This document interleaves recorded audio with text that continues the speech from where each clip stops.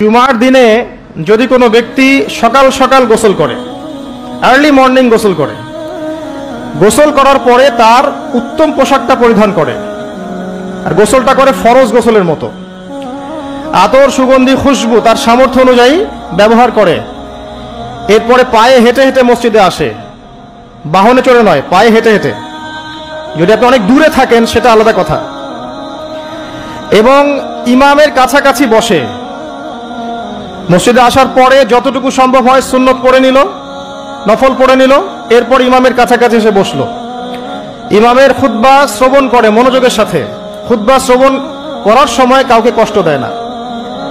কাউকে কষ্ট দেয় না মানে হচ্ছে যে কেউ কথা বললে তাকে এতটুকু বলে না যে তুমি চুপ করো, কোনো কষ্ট দেয় না। ইমামের খুতবা শ্রবণ করে, নামাজ পড়ে ইমামের সাথে।